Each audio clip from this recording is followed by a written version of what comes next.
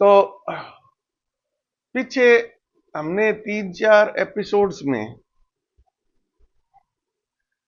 मोक्ष अपन कैसे प्राप्त कर सकते हैं, मोक्ष प्राप्त करने के तरीके क्या हैं, तो उन पर अपन ने विचार विमर्श किया था, वार्तालाप किया था। तो वार्तालाप तो मैं एक तरफा ही कहूंगा कि इस संबंध में कोई इक्का दुक्का ही प्रश्न आया है और वो भी केवल उन्होंने मेरी बातों का समर्थन किया है। चलो बहुत अच्छी बात है, लेकिन आपकी तरफ से प्रश्न या क्वेरी जब तक नहीं आएगी तब तक मेरे को फीडबैक नहीं मिलेगा कि भाई आप कितना अभी तक इन चीजों को जान पाए हैं और आपकी आपकी क्या मतलब जो है इच्छा बोल दीजिए आप, यानी आप किस तरह का इसमें जो भी है मतलब एक महत्व के रूप में इसको किस प्रकार से जो चीज है जो आपको पसंद है, आपकी जो भी स्थिति है, आप ब्रह्मचर्य आश्रम में है, गृहस्थ आश्रम में है, वानप्रस्थ आश्रम में है, संन्यास आश्रम। तो मैं तो क्या है कि फिलहाल जो मैं अपने वक्तव्य देता हूं या जो प्रवचन देता हूं या भाषण देता हूं, कुछ भी कह लीजिए, वो मैं ये मान के चलता हूं कि मेरे सामने मेरे जो श्रोता है ना, वो मेरी उम्र के हैं, वानप्रस्थ आश्रम वाले हैं, उनके पास पूरा टाइम है, फ्री है मेरी तरह, है ना, इन चीजों पर मंथन करने के लिए। तो बाकी जब मैं YouTube स्टूडियो पर देखता हूं तो 18 से 25 वर्ष के भी जो श्रोता हैं वो भी लगभग 6% है, और 25 से 35 वाले भी अच्छी संख्या में 18-19% है, 35 से 45 वाले काफी संख्या में है, मैक्सिमम लगभग 21-22%। और 55 से हाँ 45 से 55 वाले वो सर्वाधिक हैं, 22 के परसेंट के करीब। और 65 प्लस वाले वो है ना, वो मेरी उम्र से बड़े वाले हैं, वो करीब 9-10% है। बहुत अच्छी बात है। और माताओं का भी पूरा समर्थन मिल रहा है। मेरे अध्यात्म के जो वीडियो है, माताएं लगभग 25% माताएं बहनें इत्यादि उनको सुनती है, और लगभग 75% पुरुष इसको सुनते हैं। और इंटरनेशनल लेवल पर करीब 89% हिंदी भाषी क्षेत्र, जैसे अपने इंडिया मान लीजिए आप, वहां पर मेरे वीडियो देखे जाते हैं। बाकी 11% में एक नंबर पर नेपाल है, लगभग 1.5%।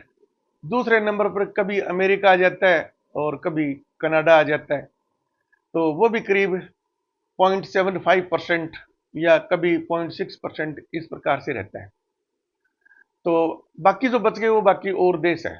तो उसके लिए फिर मैंने क्या है कि कल प्रयत्न करके एपिसोड नंबर 36 से 23 तक मैंने उनके इंग्लिश सबटाइटल और डिस्क्रिप्शन, नहीं डिस्क्रिप्शन तो मैं लिखता हूँ वही है, हाँ ट्रांसक्रिप्शन जिसको कैप्शन भी बोल देते हैं। तो मोबाइल में जब आप वीडियो देखते हैं ना, तो टाइटल पर जैसे आप क्लिक करेंगे तो नीचे पूरा डिस्क्रिप्शन, ट्रांसक्रिप्शन और मेरे बारे में जानकारी वो सारी उसमें ओपन होती है। तो ट्रांसक्रिप्शन भी आप क्लिक करेंगे तो आपको अंग्रेजी में इन 23 से लेकर क्या नाम 36 तक अंग्रेजी में सब टाइटल, आपको वो जो कैप्शन अंग्रेजी में बराबर वीडियो के बोलने के साथ साथ वो चलते रहते हैं। और ऊपर फिर आपके वीडियो में ऑप्शन है, वीडियो के मोबाइल की स्क्रीन आप दबाएंगे तो सीसी करके लिखा हुआ आएगा, साथ में सेटिंग वाला भी बटन आपको दिखाई देगा। तो सीसी पर जैसे आप क्लिक करेंगे तो आपको सब टाइटल है स्क्रीन पर वो ऑन हो जाता है। अगर वो हिंदी में आपको दिखाई दे रहा है तो आप जो सेटिंग वाला बटन दबाएंगे तो नीचे आपके ऑप्शन खुल जाएंगे, तो आप उसको सेटिंग चेंज करके हिंदी से इंग्लिश में भी जा सकते हैं। और इंग्लिश में मान लो से पहले ऑन एयर जैसे आप वो क्या नाम सेटिंग वाला बटन दबाते हैं, क्या नाम वो सीसी वाला, और इंग्लिश में ही सबटाइटल आ रहे हैं और उनको आपको हिंदी में चेंज करना है, तो सेटिंग वाला बटन करते ही वो नीचे आप 4-5 ऑप्शन खुल जाएंगे, तो उसमें आप माइग्रेट कर सकते हो फ्रॉम इंग्लिश टू हिंदी। तो इसलिए मैंने अब ये सबसे पहले ना अंग्रेजी में ही ये मैंने बोला है कि भाई अब मेरे वीडियो पर ना आपको इंग्लिश सबटाइटल और इंग्लिश कैप्शन भी आपको उपलब्ध है। तो जो गैर हिंदी भाषी क्षेत्र के लोग हैं, तो उनके लिए जैसे इंटरनेशनल कम्युनिटी में अभी तो मेरे को यही लगा भी जो हिंदी भाषी है ना, जो इंडिया से गए हुए हैं, वही लोग मेरा वीडियो देखते हैं। लेकिन अब वो चाहे तो अंग्रेजी वाले भी सभी मेरा वीडियो देख सकते हैं। तो अपन ने जो कल बात की थी, है ना, अब मोटा मोटा क्या है कि अपन एक बहुत ही संक्षेप में एक निष्कर्ष पर पहुंच चुके हैं। ठीक है ना। तो पीछे के जो 36 वीडियो है ना, अब उन वीडियो को आपको दोबारा देखना है और उन्हीं पर आपको मंथन करना है, लेकिन उसमें भी कोई आपको जल्दबाजी नहीं है। अब क्या है कि विजन है ना, बहुत ही आसान है, बहुत आसान, बिल्कुल स्पष्ट है, जैसे मेरे स्पष्ट है ना, ऐसे ही अब आपके ना पीछे के 36 एपिसोड्स में विजन आपका बिल्कुल क्लियर हो जाना चाहिए। फर्स्ट एंड फॉरमोस्ट, सबसे ज्यादा जरूरी क्या है? जो ब्रह्मचर्य आश्रम वाले हैं उनको तो 18 साल से कम उम्र के हैं या 18 साल से ऊपर के उम्र के हैं, लेकिन फिर भी वो इतने मेच्योर नहीं लग रहे माँ बाप को। तो माँ बाप कृपया उन बच्चियों को यही बोलें कि आपको ना अपने वैदिक संस्कृति के हिसाब से ब्रह्मचर्य आश्रम में सिर्फ और सिर्फ ज्ञान अर्जित करना है तथा अपना स्वास्थ्य इस प्रकार से मेंटेन रखना है कि आपका टारगेट हो कि हम चारों आश्रमों की यात्रा पूर्ण करें। दो ही लाइन में ना ये ब्रह्म वाक्य है। तो ब्रह्मचर्य आश्रम वाले तो सिर्फ और सिर्फ टारगेट बनाएं कि हमें अपना स्वास्थ्य इस प्रकार से बरकरार रखना है कि हम चारों आश्रमों की यात्रा करें, और ये जो 25 वर्ष का टाइम है या 30 वर्ष का टाइम है जिसमें वो विद्या अध्ययन करते हैं अपने जीविकोपार्जन के लिए, सात्विक जीविकोपार्जन के लिए आपको विद्या अध्ययन ग्रहण करनी है। बाकी आपको संस्कार सीखने हैं। संस्कार में गुरुओं का आदर करना, बड़ों का आदर करना, जीव जंतुओं पर दया का भाव रखना इत्यादि, खान पान में भी उसी प्रकार की वृत्ति रखना, मांस भक्षण आपको करना है।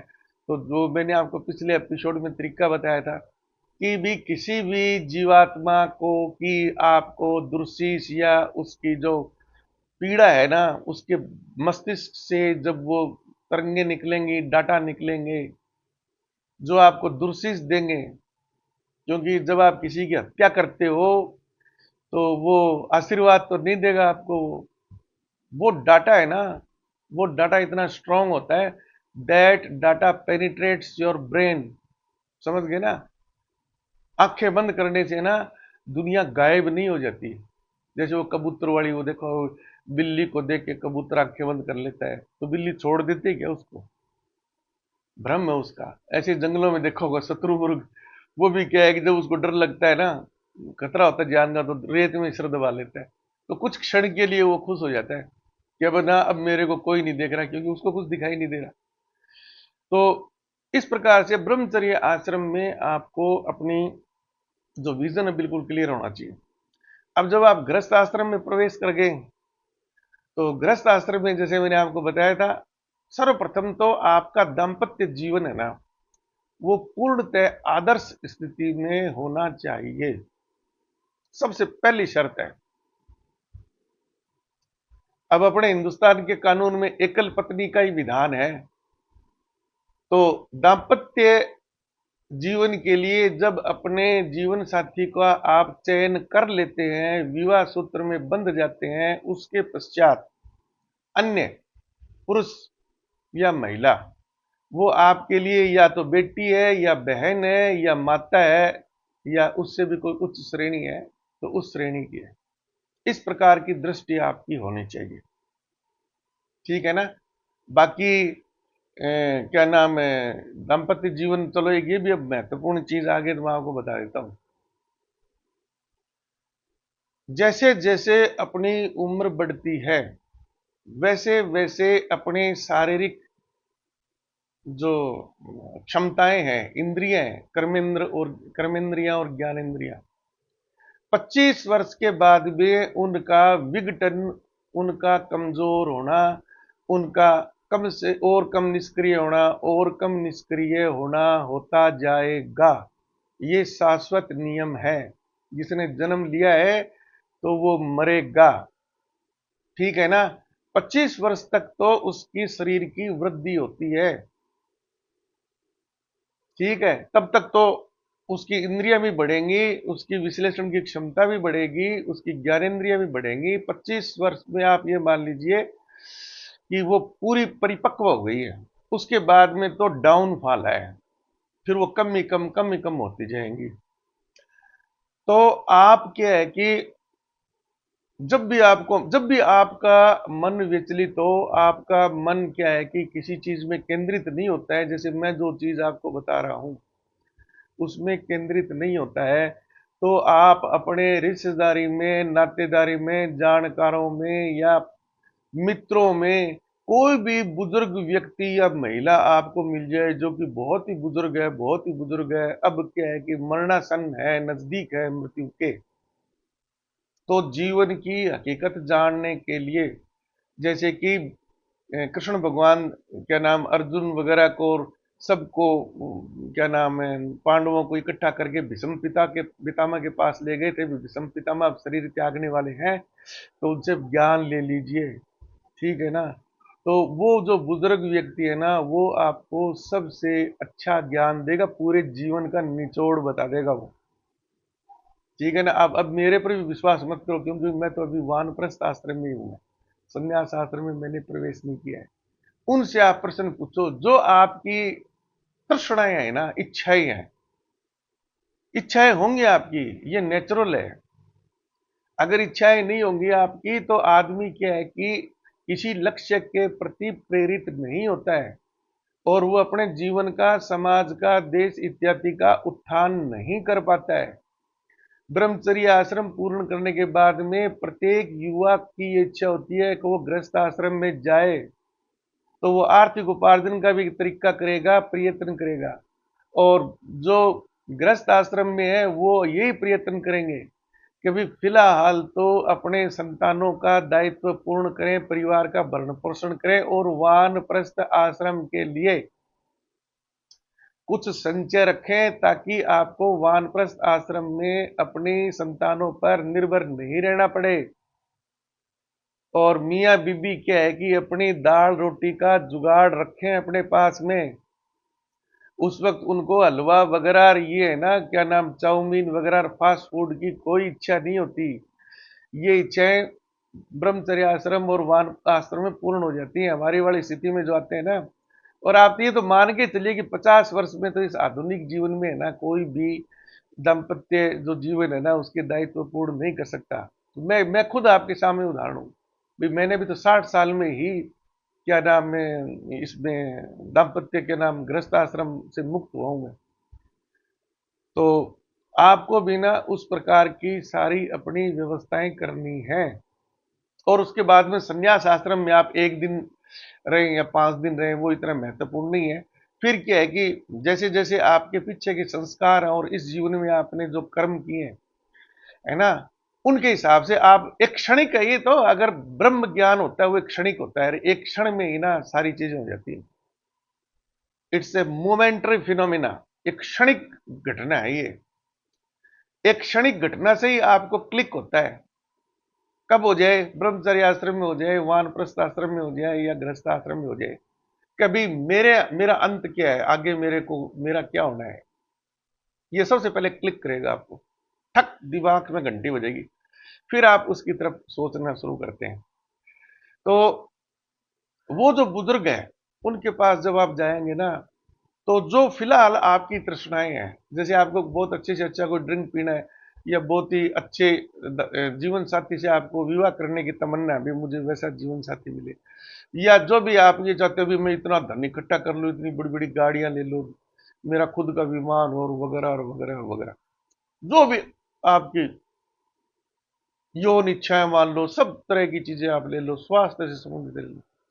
उस बूढ़े बुजुर्ग से जाके आप पूछो, बाबा जी, दादाजी, जो भी आप उनको संबोधित करना चाहें, या दादी जी, या जो भी है, हाँ, कि दादाजी मैं खूब धन इकट्ठा कर लूं, खूब धन इकट्ठा कर लूं तो मैं सही रास्ते पर चल रहा हूं क्या? वो वही उत्तर देंगे कि बेटे, पोते, ये सब यहीं रह जाना है। दादाजी मैं इससे भी अच्छा खा लूं, इससे भी वो कर लूं, वो कर लूं, वो कर लूं, वो कहते ये सब है ना, जब तक ये जीभ और पेट वगैरह सही है ना तभी तक काम के हैं ये, है ना। बाद में तो क्या है कि ग्लूकोज ड्रिप लगती है, डॉक्टर्स लगाते हैं लास्ट में, है ना। और वो जो कर्मेंद्रियां वो सारी इतनी स्थिर पड़ जाती है कि आप मलमूत्र अपनी इच्छा से त्याग नहीं कर पाते, वो भी डॉक्टरों को निकालना पड़ता है जबरन। तो वहां पर आपको ज्ञान होगा कि अंत में ना हमारे साथ क्या जाना है। तो एक बैलेंस रखो आप, धन उपार्जन करना है, आप अपनी क्षमता के हिसाब से ना एक बैलेंस रखो। कभी इस प्रकार का मेरा समाज है और इस प्रकार की मेरी संतानें और इतना उनका खर्चा है, तो इतना मेरे को एक सात्विक नियमानुसार मेरे को धन उपार्जन करना है, ये मेरी जरूरतें हैं। ज्यादा जरूरतें हैं, आप क्षमता ज्यादा है, हेलीकॉप्टर खरीदो, हवाई जहाज खरीदो, ये धीरू भाई अंबानी अडानी वगैरह कर रहे हैं, वो भी तो इंसान है। और बहुत से लोग आपने देखे होंगे जीवन में, वो अपनी जीवन यात्रा तो वो भी पूर्ण करते हैं। भिक्षा का तो मैं नहीं इसमें लूंगा, लेकिन जो मेहनत करने वाले हैं, कोई रिक्शा चला रहा है, कोई पलदारी का काम कर रहा है, या कोई लेबर का काम कर रहा है, बाकी बीच में सारी श्रेणियां आ गई, ठीक है ना। तो दो का तो टारगेट निश्चित है कि आपको ब्रह्मचर्य आश्रम वाले को तो एक बार यही मान के एक ही टारगेट लेके चले कि मेरे को ना दाम्पत्य जीवन मेरा पूर्ण नियमानुसार पूर्ण हो जाए, ऐसी मेरे को डायरेक्शन लेके चलनी है। और सबसे ज्यादा जरूरी हर आश्रम के लिए कि भी चारों आश्रम में आपको गुजरना है, गुजरना ये सबसे फर्स्ट एंड फॉरमोस्ट टारगेट होना चाहिए, बाकी चीजें पीछे रह जाएंगी। ज्ञान भी आप बाद में ले सकते हो, कमाना भी आप साल 2 साल बाद में शुरू कर सकते हो, कोई बात नहीं है। आपका गृहस्थाश्रम 5-10 साल आगे क्या नाम वो ब्रह्मचर्य आश्रम 5-10 साल आगे खिसक जाएगा, गृहस्थ आश्रम भी आपका थोड़ा बहुत आगे खिसक जाएगा जरूरत के हिसाब से, उससे कोई फर्क नहीं पड़ता, ठीक है ना। संन्यास आश्रम भी संन्यास आश्रम के लिए तो कोई वो है ही नहीं भाई, 75 साल तक जो ज्ञान लेना आप ले लो, उसके बाद भी मंथन करना है। और अगर आप इतनी धीमी गति से चल रहे हो कि भाई आप पूरा ज्ञान अपने आत्मिक संतुष्टि तक आप ज्ञान प्राप्त नहीं कर सके, तो वो तो भाई हर आदमी की अपनी अपनी सीमा है, अपनी अपनी क्षमता है। जैसे मैंने पिछले वाले एपिसोड में कहा, भाई हर आदमी को इस केवल इस मनुष्य योनि में मोक्ष मिल जाए ये कुछ जरूरी नहीं है। वो इस बात पर निर्भर करता है कि पीछे क्या उसने किया और आगे वो इस जीवन में उसने क्या किया, और वो इस जीवन में अपने डाटा बिल्कुल क्लीन कर पाएगा या नहीं कर पाएगा। अपने पूरे कर्मों का फल यहीं भोग के वो हिसाब किताब करके जाएगा, नहीं जाएगा, नहीं जाएगा तो आगे उसको पुनर्जन्म लेना है, बीच में और भी योनि आएंगे, वो एक आगे की बात हो गई। तो अब एक जो मैं मेरा व्यक्तिगत अच्छा मेरा जो व्यक्तिगत अनुभव है ना, आप आप थोड़े दिन बाद में ना मेरी पत्नी भी आएगी आपके सम्मुख, हम यात्रा पर निकलेंगे तो हम दोनों ही होएंगे, वो वीडियो रिकॉर्ड करेगी और आपको ऐसी ऐसी चीजें दिखाएंगे बढ़िया, क्या आपकी आत्मा प्रसन्न हो जाएगी और आपका मनोरंजन भी होएगा, है ना। अभी तो ये शुद्ध क्या है कि वो आपको लग रहा है ज्ञान, है ना। तो एक सोचने वाला ही इसमें है, बाकी आपको अभी इसमें रस नहीं आ रहा, जितना अभी जिस भी अवस्था में आप अन्य चीजों में रस आप देखते हो, अच्छे म्यूजिक में, अच्छी फिल्मों में, या अच्छे खान पान में, वैसा तो रस अभी नहीं है ना। तो मैं अपने जीवन से ना पूर्णतः संतुष्ट हूँ। जो मेरी इच्छाएं थी, मेरी पत्नी की इच्छाएं थी ना, वो ईश्वर ने 100% 100% 100% पूर्ण की है। और ऐसा नहीं है कि हमने गलतियां नहीं की थी, हमने भी गलतियां की थी, हमने सोचा कुछ था, हो कुछ गया। बहुत बार ऐसी घटनाएं हुई है ना। अब मैं मेरा बता देता हूँ, हम छोटे थे तो सबसे पहले मेरी इच्छा हुई थी कि मैं एक इंजीनियर हूँ, क्योंकि मेरे पास नॉन मेडिकल थी। फिर वो किसी कारणों से वो नहीं हो पाया वो, या फिर मेरी इच्छा थी भी ग्रेजुएशन के बाद में ना मैं आर्मी में जाऊं। तो मैंने क्या नाम कंबाइंड डिफेंस सर्विसेज का है, उसका सब मैंने क्वालिफाई किए थे, इंटरव्यू वगैरह में सब दे के आया था सारी चीजें, लेकिन वो संयोग उसमें नहीं बैठा। अच्छा, उसके बाद में फिर मेरे का ये था भी मैं एमएससी की बहुत बड़ा साइंटिस्ट बनूं, तो बाबा एटॉमिक रिसर्च सेंटर ट्रॉम्बे, वहां पर मेरा सिलेक्शन हुआ था रेडियोलॉजिस्ट के रूप में। लेकिन वहां का जो एनवायरनमेंट वगैरह देख के ना, हम क्या है कि वो वहां पर इंटरव्यू देने के लिए गए तो हमें 2-3 दिन रोका था उन्होंने, बाबा एटॉमिक रिसर्च सेंटर में जो उनका गेस्ट हाउस था उसी में हमें रोका था। कोई थे मतलब 15-20 कैंडिडेट थे, वो शायद 2-3 पोस्ट की करके। तो शाम हम क्या है कि बिल्कुल समुद्र के किनारे है वो, वहां पर चले गए। तो लोगों से जैसे सुना था कि वो समुद्र का पानी है ना, जहां पर वो बाबा एटॉमिक रिसर्च सेंटर के नजदीक है, वो रात को चमकता था। तो हम तो इस चीज के वो फिर अपने एमएससी कर गई थी, तो रेडिएशंस निकलते थे उसमें से। तो क्या नाम, अच्छा, फिर लोगों से भी सुना कि इस एरिया की जो मछलियां है ना, वो भी रात में आप बाजार से खरीद के लेके तो पहचानी जाती है, अंधेरे में रख दो तो अंदर से वो चमकती थी। जैसे वो यूरेनियम के कई साल्ट है, कई मोती मणके वगैरह, रेडियम जो लगा होता है अपने घड़ियों के अंदर जो डायल वाला है, तो रात को वो चमकते हैं ना, वो फ्लोरोसेंसर, उस प्रकार की जो फिजिक्स की जो टर्म्स है उनके लिए यूज करते हैं। तो मैंने ये किया यार, यहाँ पर तो फिर ये जैसे मैडम क्यूरी, पीरी क्यूरी, वो दोनों ही बेचारे कैंसर से मरे थे, जो क्या नाम, जिन्होंने रेडियम इत्यादि का, यूरेनियम इसका जो खोज की थी। अब वो रात दिन वही एक्सपेरिमेंट करेंगे तो वो रेडिएशन तो उनको पेनिट्रेट करेगी। जैसे अपन क्या नाम, एक्सरे करवाते हैं, बहुत सिंपल, बहुत ही वीक वो है वेव, तब भी क्या है कि जो रेडियो ऑपरेटर वो बाहर निकल जाता है कमरे से, केवल आप आपको रखता है कि वो बेचारा हमेशा ही उसके सामने रहेगा, तो थोड़ा थोड़ा करके भी उसके शरीर को नुकसान पहुंचाती। तो फिर वो मैंने छोड़ दिया इस प्रकार से। लेकिन एक ब्रह्म वाक्य आप है ना हमेशा ही अपने दिमाग में रखो कि आपने कुछ सोचा है कि मेरे को ये करना है और वो करना है और मेरे को ये बनना है, ये तो केवल आपके विवेक बुद्धि का ही निष्कर्ष है। वो गलत भी हो सकता है, वो थोड़ा बहुत सही भी हो सकता है और पूरा सही भी हो सकता है। वो अगर वो आपका मन किया हुआ या आपका जो इच्छा जो है, अगर वो पूरी नहीं होती है ना, तो फट से आपको कर्मण्यवाधिकारस्ते मां फलेषु कदाचन, उस श्लोक को याद कर लो। कभी मेरा काम था प्रयत्न करना, मेरे को कितना फल मिला है ना वो ईश्वर की मर्जी है, और उसमें मेरे को संतोष करना है। और ईश्वर की मर्जी है ना, उसको आप चैलेंज मत करो, उसमें आप, उसने आपके लिए हमेशा बेहतरीन के लिए सोच रखा है। हो सकता है इस वक्त वो चीज आपके हित में नहीं है,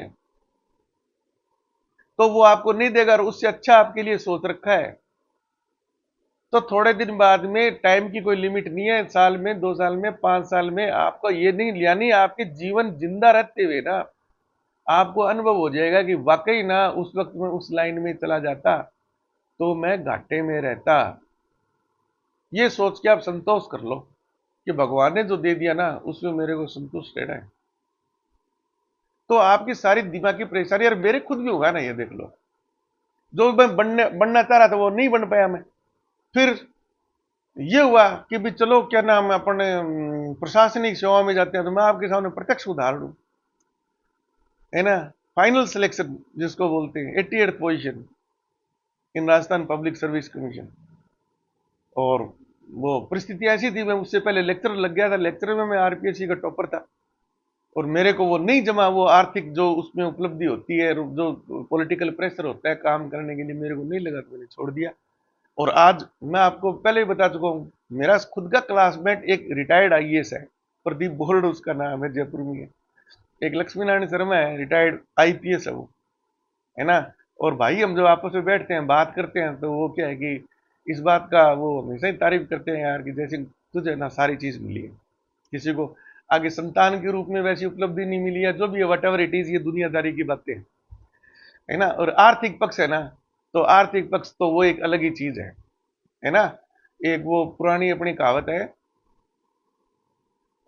यश अपयश और क्या नाम, हम्म, चार चीजें बताई उन्होंने, यश, अपयश और धन, और एक चीज पता नहीं क्या चीज बताई थी, है ना, कि ये विधाता के हाथ में है। ये आपको समाज में प्रतिष्ठा देनी है या समाज में आपकी बेइज्जती होनी है, या आपको धन प्राप्त होगा या नहीं होगा, एक चीज शायद मृत्यु या कुछ ऐसा है, वो ये विधाता के हाथ में है। आप कितना भी प्रयत्न कर लो, कितना भी प्रयत्न कर लो, कितना भी प्रयत्न कर लो, अगर आपके सदकर्म नहीं है और आपके भाग्य में धन जिसको बोलते हैं, जो भी आपकी इच्छा उतना, अगर वो नहीं लिखा ना, तो नहीं मिलेगा, नहीं मिलेगा, नहीं मिलेगा, जितना लिखा है उतना ही मिलेगा। दैनिक जीवन में देख लो आप, हर आदमी अपने आप में बहुत ही होशियार है। रिक्शा चालक से लेकर आप किसी से बात कर लो, रिक्शा चालक भी क्या है कि भाड़े के लिए आपसे बहस कर लेगा,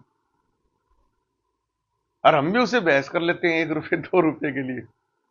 और वही व्यक्ति बड़े शोरूम में गया, मर्सिडीज की या इसकी एलन मस्क की वाली जो टेस्ला गाड़ी है वहां खरीदते हैं, वहां पर सीधा वो कंप्यूटर पे बैठा है, आप पूछेंगे what's the cost of this car, तो इतने बोलेगा सर 86 lakhs, इतने थाउजेंड, इतने रुपीज।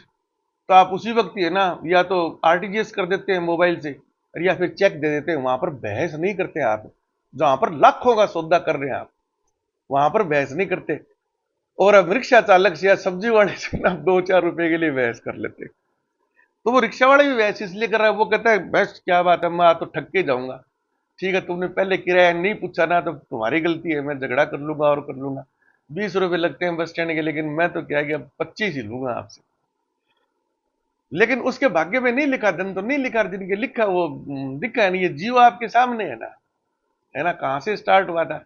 और आप देते हैं ना 84 डेज का आप रिचार्ज करवाते हैं, तो कोई जमाने में हमने शायद 500 में करवाया था या 400 में करवाया था, और आज 800 से ऊपर दे रहे हैं ना, और थोड़े दिन में 1000 भी देंगे। खट से पेटीएम से क्लिक कर देते हैं, गाड़ी भी नहीं निकालते उसके, मजे मजे देखो आप। तो ये चीजें अलग है, ये 4 चीजें है ना, ये आप विधाता के हाथ में है। तो एक तो आपको ना इससे भी ऊपर उठना है। और एक जो सबसे महत्वपूर्ण चीज थी ना, वो क्या है कि बहुत जबरदस्त चीज है, आप मंत्र करना। तो मेरी जब शादी हुई थी, है ना, तो मेरी पत्नी भी इस चीज की गवाह है, उसको भी नहीं पता था। फिर मैंने इसकी बड़ी वो गंभीरता से इस पर मैंने विचार विमर्श किया और कई ज्ञानी पुरुषों से बात की। तो हमारे क्या है कि रीति रिवाज है। अब परिचय से आप समझ गए होंगे, है ना, मेरा पूरा नाम जय सिंह शेखावत है, राजस्थान से हमें। और मूल जिला वो झुंझुनू जिला है, नागौर के पास हरीमा गांव मेरी ससुराल है। और अभी मैं अपने बेटा बहू दोनों डॉक्टर हैं, जयपुर पोते पोती यहाँ पर आया हूँ, क्योंकि मेरी पत्नी अमेरिका चली गई थी, तो मैं 6 महीने फ्री था। वैसे अपना फार्म वार्म सब है, खेती बाड़ी हो। तो फेरे होने के बाद में जो पुजारी थे, तो उन्होंने एक दस्तूर करवाया था। वो दस्तूर ये था कि जो अपने गांव में सिलबट्टा होता है ना, एक छोटा सा पत्थर का टुकड़ा लोडी बोलते हैं, उससे बड़ी सिल्ली होती है, उसके बीच में मसाला पीसते हो। तो वो सिलबट्टे की जो लोडी होती है, इतना 2-4 किलोग्राम का राउंड शेप का वो पत्थर होता है। वो पत्थर नीचे जमीन पर रख दिया, और मेरी पत्नी से कहा भी आप अपना दाहिना पैर इस पे रखो। तो मेरी पत्नी ने वो दुल्हन के रूप में पैर रख दिया, और वो शास्त्री जी ने मेरे से कहा जी दुल्ला जी आप है ना इसको पत्थर को स्पर्श करो। तो मुझे तो कोई एतराज नहीं था इन चीजों में, तो मैंने उसको स्पर्श कर लिया। लेकिन मेरा दिमाग है ना वहां से घंटी बजी कि ये कुछ, इसका कोई तो अर्थ है ना। आज बेशक ये अंधविश्वास बन गया होगा या कुछ भी हो गया होगा, लेकिन इसका कोई ना कोई कारण है। क्योंकि अपन ने जो भी है वो पूरे वचन वगैरह सारे वो दिलवाते हैं, और फेरे भी उसी हिसाब से सब हम शास्त्र के मंत्रोच्चारण के साथ लेते हैं। तो हमारे तो पूर्वज तो बहुत बुद्धिमान थे, आज उनकी भी चर्चा करेंगे अपन, है ना, ये गलत तो नहीं हो सकता। फिर क्या है, वो चाणक्य वाला भी मैंने पढ़ा, और भी कुछ मैंने मनन किया, और कुछ ज्ञानी लोगों से इस बारे में बात की। तो उन ज्ञानी लोगों ने मेरे को ये बताया कि जय सिंह जी, वो जो है ना दस्तूर, वो आपको उस वक्त है ना एक वो शपथ दिलाई गई थी आपको, और आपको ना एक इससे क्या नाम है दैनिक जीवन, इस दुनियादारी की एक हकीकत से आपको वाकिफ करवाया गया था। और ये हकीकत ये है कि आपके जीवन में माता तो आपके एक ही होगी जिसने आपको जन्म दिया है, वो जीवन पर्यंत आपके साथ नहीं रह सकती। फिर जब आप खुद वृद्धावस्था में पहुंच गए हैं, 50, 55, 60, 65 साल के हैं, 70, 75 साल के हैं, तो माता तो बेचारी नहीं बैठी रहेगी या आपके हमेशा ही सेवा शुश्रूषा करने के लिए। तब बोले कि ये पत्नी ही एकमात्र नारी स्वरूप है, पत्नी केवल केवल और पत्नी, जो आपका विपत्ति के रूप में माता का स्वरूप धारण कर सकती है और करेगी। बाकी कोई भी दूसरी नारी या पुरुष वो स्वरूप ग्रहण नहीं कर सकती। इसका मतलब यह है कि बाल्य अवस्था में जब अपन पैदा हुए थे, तो मलमूत्र साफ करना और ठंडा गिल्ला करना, कपड़े बदलवाना इत्यादि सब अपनी माता ही तो करती थी ना। तो माता के सामने अपना कोई नग्न रूप नहीं होता, और वो इस प्रकार की कोई भावनाएं नहीं होती उसके अंदर। वो बोले कि वक्त आने पर ना केवल एकमात्र महिला, बाकी कोई भी आपकी भाभी मान लो, चाची मान लो, पुत्री मान लो, बेटे की बहू मान लो, कोई भी महिला मान लो, खुद के बेटे मान लो, आप कुछ भी, उस वक्त वो कोई भी आपका वो काम नहीं कर सकते। जैसे मेरे खुद का वो उदाहरण है। जैसे मेरे ससुर जी थे, तो उनकी पाइल्स की बीमारी थी, तो करीब वो 60 साल की अवस्था में गुजरे थे। तो ऑपरेशन ऑपरेशन ऑपरेशन करवाया था, और वो खुद भी क्या है कि काफी कमजोर हो गए थे। तो उनको क्या है कि बैंडेज यानी पट्टियां करवानी पड़ती थी 1 या 2 दिन में, जो भी दवाई वगैरह लगवा के। तो पाइल्स आप समझ गए होंगे भाई कहाँ पट्टियां होती है। तो मेरी सास है ना, उनके कमरे में वो क्या, पहली बात तो मेरे ससुर जी अन्य किसी को उन्होंने इजाजत ही नहीं दी, है ना। वो नर्सों को भी इजाजत नहीं देते थे, जो प्रोफेशनल होती है। वो अपने पुत्र, बड़े बड़े पुत्र थे, अच्छे अच्छे अफसर थे, सब ने वो करते थे, हम पुट्टी बदल देते हैं। माता भी थोड़ी गुजर गए थे, इससे आपको शरीर को पलटा नहीं जाता, या आपको बैठा नहीं पाते, या ढंग से लिटा नहीं पाते। लेकिन उनकी जिद थी, नहीं, मैं अपने शरीर को और किसी के हाथ लगाने ही नहीं दूंगा। और मेरी सास ही जब तक वो जीवित रहे थे, अंतिम समय में उनकी सेवा शुश्रूषा की थी। मलमूत्र इत्यादि साफ करना, उनकी पट्टियां बदलना, और उस वक्त मेरी सास का उनके प्रति है ना वो मातृ भाव था। तो वो पत्नी है ना, आड़े वक्त में वही आपके माता के समान माता का रूप धारण कर सकती है, बाकी कोई स्त्री कर नहीं सकती। अगर कोई मन से कर भी लेना, मान लो कि कोई ये हो, भली मानस हो, कि चलो यार अब कोई नहीं है, कई बार नहीं होती, पत्नियां भी नहीं होती, तो घर में बूढ़े बुजुर्ग में कोई तो सेवा करता ही है। लेकिन वो बूढ़ा बुजुर्ग कभी भी इस बात से पूर्णतः संतुष्ट नहीं होगा, वो हमेशा ही उसके मन में गिलानी रहेगी। लेकिन पत्नी के अगर वो इस प्रकार का काम करती है, तो उसके मन में कोई गिलानी नहीं होती। तो अब बोले कि ये हकीकत है ना, दरअसल पुराने जमाने में तो बाकायदा है ना, दुल्हा है दुल्हन के चरण स्पर्श करता था, चरण स्पर्श, चरण स्पर्श, जैसे माता के अपन करते हैं। लेकिन बाद में क्या है कि धीरे धीरे रूढ़िवादिता वो क्या नाम फैलती गई, हम जैसे लोग पढ़ गए, है ना। तो इस चीज का ऐतराज करने लगे, यार ये मेरी धर्मपत्नी है यार, ये इसको पैर मेरा छोड़ो, वो तो बेचारी रोज सोती है, मैं इसके पैर के, इस पर ऐतराज किया। तो उन वो जो भी है लोगों ने, ब्राह्मणों वगैरह ने, क्यों वो क्या नाम, वो तो संस्कार तो पूरा करना जरूरी था भाई। उसके बगैर उनके हिसाब से तो भाई आपका जो विवाह रस्म पूर्ण नहीं हो रही, तो बेचारों ने तरीका निकाला, कभी बीच में पत्थर रख देते हैं, तो एक तरफ वो पैर लगा देगी, दूसरी तरफ वो हाथ लगा देगा। अब मुझे पता नहीं भी आप लोगों के, ये मेरे हिसाब से तो होना चाहिए, है ना। ये सभी अपना तो समाज लगभग एक जैसा ही है, रीति रिवाज सबके एक जैसे हैं। तो ये ना, ये हकीकत है ये। तो ये इसमें एक ये पक्ष था। तो बाकी अब क्या है कि कुल मिला के ये ना, अब आपका, अब खुद का स्वाध्याय है, अब खुद अध्ययन करिए, आप चिंतन करिए, है ना, ध्यान लगाइए। उससे क्या होगा कि आपको ना, वो तुलसीदास जी ने कहा, सकल पदार्थ है इस जग में कर्महीन नर पावत, एक विजन इतना क्लियर हो जाएगा कि फटाफट फटाफट आप निर्णय कर पाएंगे, मेरे को क्या खाना है, मेरे को क्या पहनना है, मेरे को भी कौन सी पढ़ाई करनी है, मेरे को अभी फिलहाल क्या काम करना है, कट कट एकदम विजन, कंफ्यूजन नहीं रहेगा आपके। तो जैसे मान लीजिए आपका टारगेट हो गया कि क्या नाम, अभी मेरे को तो ना कम से कम 75 साल तो पूरे जीवन में जीना ही जीना है, चाहे किस कुछ भी हो जाए। तो थोड़ा सा इतना तो सभी समझते हैं कि यार गलत खान पान करेंगे, रो करेंगे तो बीमारियां हो जाएंगी, अपन वो भी काम भी नहीं कर पाएंगे तो मर जाएंगे। तो धीरे धीरे ना, हाँ, जैसे इच्छाएं होती है, तृष्णाएं होती है। तो मान लीजिए अब युवा अवस्था में है, तो हुई भाई चलो आज ये खा के देखते हैं चाय में, तो ठीक है, कभी कभार कोई साल में एक बार खा लिया, टेस्ट कर लिया, है ना। लेकिन ये नहीं कि आप रोज ही खा रहे हो, आपको फिर कहते हैं यार वो ठीक है चेक कर लिया, बाकी तो मेरा स्वास्थ्य तो क्या है कि शुद्ध गाय का दूध मिल जाए, या शुद्ध दूध मिल जाए, हरी पत्तियां सब्जियां फल फ्रूट खाऊं मैं, या जो भी अपना सात्विक है ना, क्या नाम, बाजार से अन्न ले आऊं मैं, पिसवा लूं अपने। और एक दिन की बात है, जो मिलावट वाला, क्योंकि मिलावट वाले आटे में तो जो पेस्टिसाइड मिलाते हैं वो तो, क्योंकि वरना तो वो एक्सपायर हो जाएगा। और सरकारें भी क्या है कि अपने बिजनेस के हिसाब से परमिशन देती हैं कि एक 1% मिलाना है, 2% मिलाना है, तो वो कंपनियां 2% की बजाय 10% भी ठोकती है। तो उनके प्रति आपकी जागरूकता बढ़ जाती है। तो आप है ना, एक फिर आपको शर्म लिहाज भी नहीं आती, है ना। जैसे मेरा क्या है कि मैंने सिद्धांत बना रखा था कि भाई मैं पराठे नहीं खाऊंगा। तो क्या नाम, सफर तो सबको करना पड़ता है, और मैं होटल होटल का पसंद नहीं करता था। तो नौकरी में था तो टूर वगैरह या और है कोई काम से बाहर जाना पड़ता था, तो मैंने मेरी वाइफ से बोलता था, कभी हमको घर में भी मैं लुक्के वो फुलके खाता था। आ गए थे करीब 50 साल के करीब आ गए थे, और कोलेस्ट्रॉल वगैरह की चिंता होने लगी थी, तो वो फुलके देती थी मेरे को, है ना। सब्जी अचार भी नहीं लेता था मैं, सब्जी है तो सब्जी डाल दी उसने बना के। तो मेरे को आज क्या नाम रेलगाड़ी में खाना खाते समय मेरे को बिल्कुल शर्म महसूस नहीं होती थी।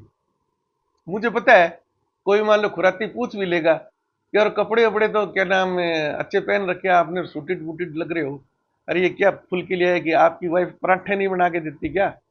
हाँ, तो मैं उसको जवाब देता हूँ बनाती क्यों नहीं, मैंने ही मना कर रखा अभी पराठे मेरे लिए, वो घी जो फ्राई हो गया ना वो बिल्कुल कोयला है, वो कुछ नहीं बचा उसमें, है ना। आप एक और चीज बताता हूँ महत्वपूर्ण, क्या नाम दही वगैरह घी वगैरह कुछ भी ले लो आप, उसको आप गर्म करते जाओ, कढ़ाई पे चढ़ा दो, गैस कर दो फुल, पहले तो वास बन के उठता जाएगा, लास्ट में पता क्या बचता है?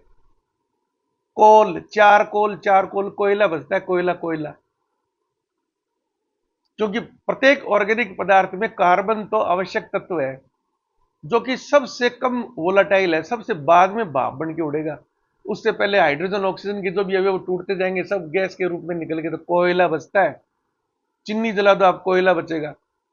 तो जो पराठा जिसमें तवे पर अपने डाला, आपको पता है वो छौं करके वो निकलता है धुआं वगैरह, वो घी तो वो रहा ही नहीं ना, फिर वो घी को तो कभी बॉयल करना ही नहीं चाहिए। गांव में आपने देखा होगा कि जैसे वो मक्खन से घी निकालते हैं ना, तो बुजुर्ग पुरानी महिलाएं थी ना, वो केवल मक्खन को पिघलाती थी, केवल तरल आ जाए फिर उसको फिल्टर कर लेती थी, छाछ वाला पोर्शन अलग कर देती थी। अब तो आधुनिक युग में जैसे हमारे भी घर में नौकरानी आती है, तो वो कई दिन की मलाई होती है, तो वो पूरा उबल रहा है वो, बॉइलिंग पॉइंट तक तो ये चीज जान, उनका बॉइलिंग पॉइंट बहुत हाई होता है। ऑयल वगैरह घी वगैरह है ना, जैसे पानी बॉईल हो रहा है, आप उसमें माचिस की तिल्ली डुबो, वो नहीं जलेगी। लेकिन घी में आप गर्म घी में माचिस की तिल्ली डुबो, आग लग जाएगी उसमें, बहुत हाई टेम्परेचर होता है, जल जाती है चमड़ी। मतलब 500-700 डिग्री सेल्सियस तक टेम्परेचर, उस टेम्परेचर पर तो वो डिकम्पोज हो गया जो भी उसका ऑर्गेनिक मटेरियल था। तो इस प्रकार से ना आपका विजन बहुत क्लियर हो जाएगा हर चीज में। तो वीडियो लंबा हो गया, अभी तो यहीं से अपन प्रस्थान करेंगे। धन्यवाद, राधे राधे।